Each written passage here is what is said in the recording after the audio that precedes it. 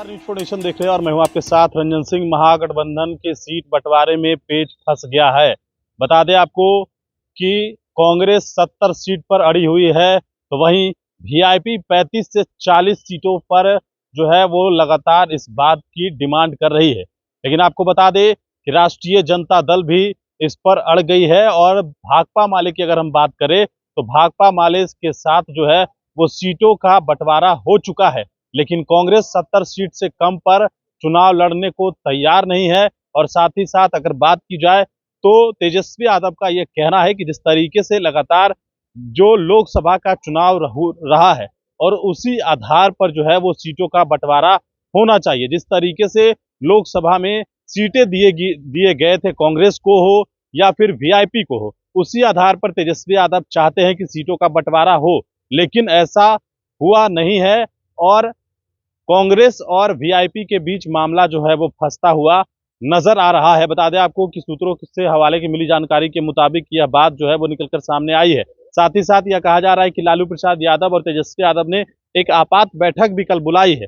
बता दें आपको कि बिहार में विधानसभा चुनाव की तारीखों का ऐलान हो गया है और इस चुनाव के तारीखों के ऐलान होने के बाद से जिस तरीके से चर्चाएं सियासी तौर पर यह तेज है कि एनडीए के महकमा में चिराग पासवान नाराज चल रहे थे लंबे समय तक, तो उनको मनाया गया।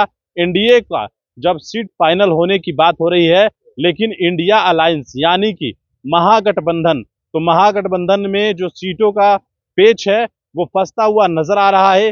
कांग्रेस 70 सीटों पर लगातार अड़ी हुई है।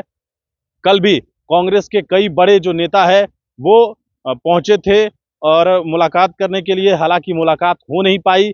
लेकिन जिस तरीके से लगातार यह चर्चा चल रहा था कि कांग्रेस को 50 से 60 सीटें दी जा सकती है और वीआईपी को 16 से 17 सीटें दी जा सकती है, लेकिन जिस प्रकार से खबरें निकलकर सामने अभी सूत्रों के हवाले से आई है, उस मुताबिक मामला एनडीए का जो लगभग है वो तय हो गया है, लेकिन इंडिया अलायंस में पेच जो है वो फंस गया है। और साथ ही बता दें आपको कि जिस प्रकार से महागठबंधन की चर्चा हो रही थी कि सब कुछ तय हो जाएगा, सही समय पर हो जाएगा, घोषणा हो जाएगी, लेकिन 35 से 40 सीट वीआईपी मांग रही है और 70 सीटें कांग्रेस मांग रही है। 70 से कम सीटों पर कांग्रेस राजी नहीं हो रही है। इसके लिए लिहाजा कई बड़े नेता भी बिहार पहुंचे थे, हालांकि मुलाकात हुई नहीं तेजस्वी यादव से।